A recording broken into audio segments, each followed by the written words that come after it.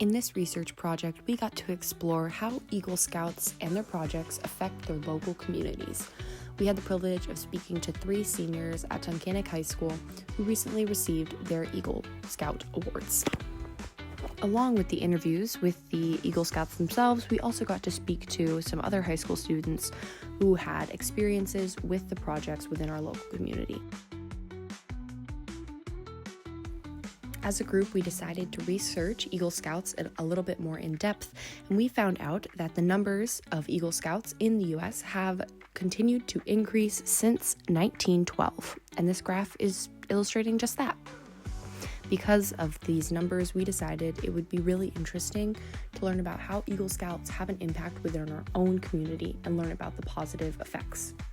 So today we're here with Logan Zdanowicz. Logan, tell us about yourself. I'm an 18-year-old student, senior at Tunkhannock Area High School. Eagle Scout from Troop 160 in Clark Summit, PA, and I don't know, year, like... Tell us about your Eagle project. So for my Eagle Scout Service project, I created a multi-sports court at Lazy Brook Park. The project cost approximately $27,000 to create. So to do that, I had to fundraise for approximately 9 months, and then I worked with Milnes Engineering, Construction, and Surveying to create a 41 by 71 area concrete pad, which is 4 inches thick. So that would support the actual court materials, which are pretty much like big puzzle pieces that are rubbery plastic that then stick together. And it has pickleball, tennis, and volleyball lines. The net is able to be adjusted to different heights, so you can play different sports. And what inspired you to build the sports complex? So I knew I wanted to do something big that really benefited my community, because to me Eagle Scout was a big achievement and it required a worthy commitment to that. I initially wanted to do a skate park because I love skating. However, that project got turned down, so I knew a lot of people told me to not do a big project because they wanted me to become an Eagle Scout and they didn't believe I could. So I needed to prove people wrong, and so I went into something big, and I just took my interest with volleyball, and I wanted to learn people too. So Logan, how has your project influenced our community? I know the community has definitely enjoyed it. I've spoken to the township supervisors who worked with me on the project, and even when I drive by there's always someone playing something. I hear people always come up to me and they're like, "Oh, I played on your sport yesterday, it was awesome." And that's always a good feeling, especially because we don't have a court like that in the community, so it's not just Tunkhannock, it's other surrounding communities that can come and play. And can you tell us about the process of becoming an Eagle Scout? So first you have to be in Scouting America, and there's different ranks in scouting. So there's Scout, Tenderfoot, Second Class, First Class, Star, Light, and then Eagle. So the first 4, so that's Scout to First Class, are all about just learning different skills, getting your camp lights in, learning how to do first aid, survive in nature, and pretty much all the different things a Scout typically knows. After that, you move on to more of like inter-scouting. So you're not just in your troop, you're doing more with other troops. You might be in the Order of the Arrow, you might be doing different conferences with throughout the state of Pennsylvania or even national. And then Star to Eagle is all about leadership and working with younger scouts, teaching them how to do things you learned how to do. It's also a lot of merit badges. So to do Eagle Scout, you have to have 21 merit badges. 14 are Eagle required, so you have to get them. And then the other ones are just ones you can do for fun. So you can do like kayaking, wouldn't be something Eagle, but like first aid is Eagle required. Right. And then what age did you become an Eagle Scout? I became an Eagle Scout at 16. Perfect. Thank you for your time, Logan. Of course. I played pickleball with my uncle and siblings, and I think it's a great thing to have around, just for fun. I have played pickleball at the sport court at Lazy Brook, and it is really good for our community, and it's really fun for all the teenagers. Hello everyone, I am here at Lazy Brook Park in Tunkhannock. As you can see, I am on this beautiful, gorgeous court built by Logan Zdanowicz for his Eagle Scout project. This is my best educated guess, but I'm pretty sure this gray area with the white lines is pickleball, the yellow lines are volleyball, and the black lines are for tennis. So there's many uses you could get out of this court. This moves. You could move the net up and down to accommodate both tennis and volleyball. Good job, Logan.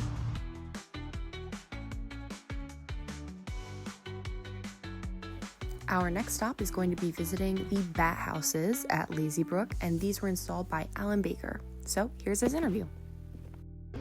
Hello, I'm here with Alan Baker. Alan, why don't you tell us about yourself? Hello, I'm a senior. I am also now an Eagle Scout. I got my Eagle Scout December 10th, 24.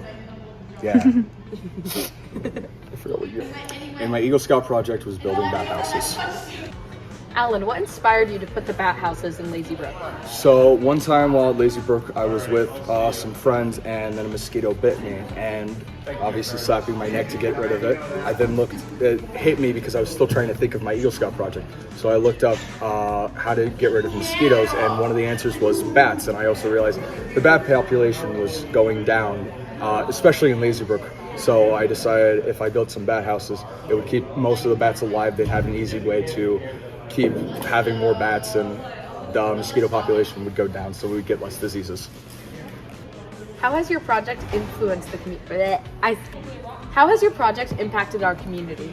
Since I have been back, I actually saw multiple bats staying in there, and I have been told by some people when I went around and asked people who normally go around the park, they have said that there have been less mosquitoes, so I'm assuming it has been working.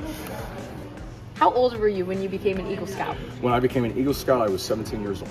And can you describe the process a little bit for us? So the process into becoming an Eagle Scout was a lot of going on summer camps, doing work in a booklet, learning how to tie knots, learning how to take care of yourself, eating habits, marking down the training to go into it, some personal fitness merit badges. Sometimes we went to colleges because they would have a Boy Scout thing. We would do some merit badges there so that we could get them signed off, and it was all around just a lot of fun, hanging out with a lot of people, and then just doing a lot of other fun activities to help you with your survival skills. Thank you for your time, Alan. You're welcome. To the bat houses. They're nocturnal, so they're probably sleeping in there right now, and we probably woke them up. So let's all say hi.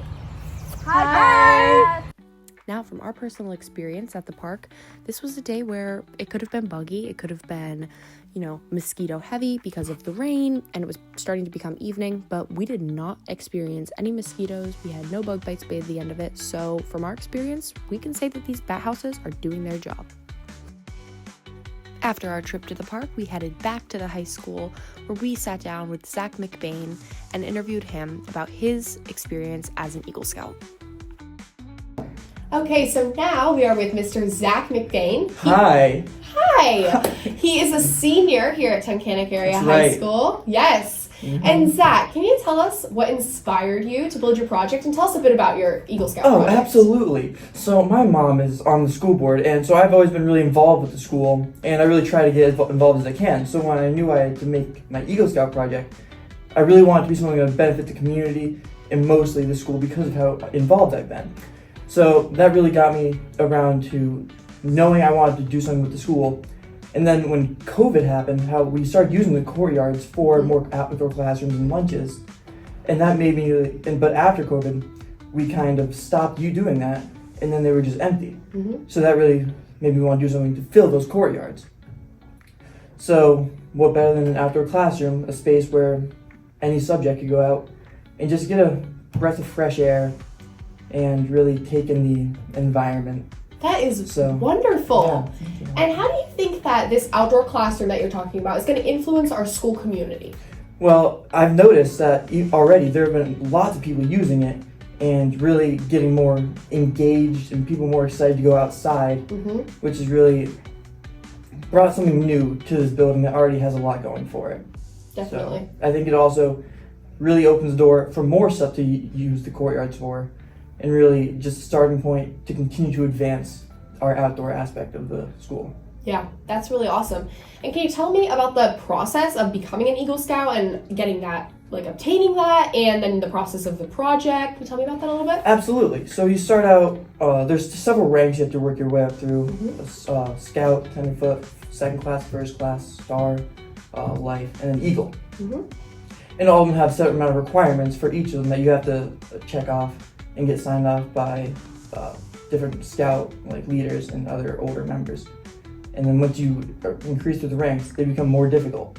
So for Star through Eagle, you have to earn a certain number of merit badges, which are even more requirements to get the badges like Lifelink Communications, public speaking, and many more. And then once you become Star or Life Scout, then you have to work towards your Eagle, and that's where the project comes into play. And there's a whole workbook about just different things you have to do, because you have to document every piece of spending, every material you get, every tool you get, donations, where all your money's coming from, when it gets spent, how many hours of labor goes into it, who all goes into it, like how many people go into the labor. And along with getting approval from not only where your project is being made, so I had to get approval from the school board and superintendent, but it also has to get approved through the scouts. So once everything's approved and once you have a basic layout, you have to go through, fill in this, I think it was like a 45-page basic workbook that just fill in the blank. And so you have to do that along with actually building it. And there's a range. As long the requirements are, it has to benefit an organization, like a school, your community, or like religious. So my friend Logan, he went with more community-based with the sports court, whereas I went more down the route of the school with the outdoor classroom. But as long as it benefits one of those, usually they get approved. But there's other stuff like, I know people made flower beds. Somebody from my troop made the disc golf course at Lazy Brook. And there's just a lot of Eagle Scout projects that have really benefited the community. And the process for doing it, it's lengthy, but once it's actually completed, the benefits definitely show. That's awesome. Thank you so much for your time, Zach. I hope you have a great day. You too, Zoe. So I use the outdoor classroom in my speech and debate class for our demonstrative speeches. I taught the class how to play spike ball, so it was nice to be able to actually go outside and experience it. I used the outdoor classroom in my AP language class, and I thought it was a good environment to learn in, and it was just good vibes all around.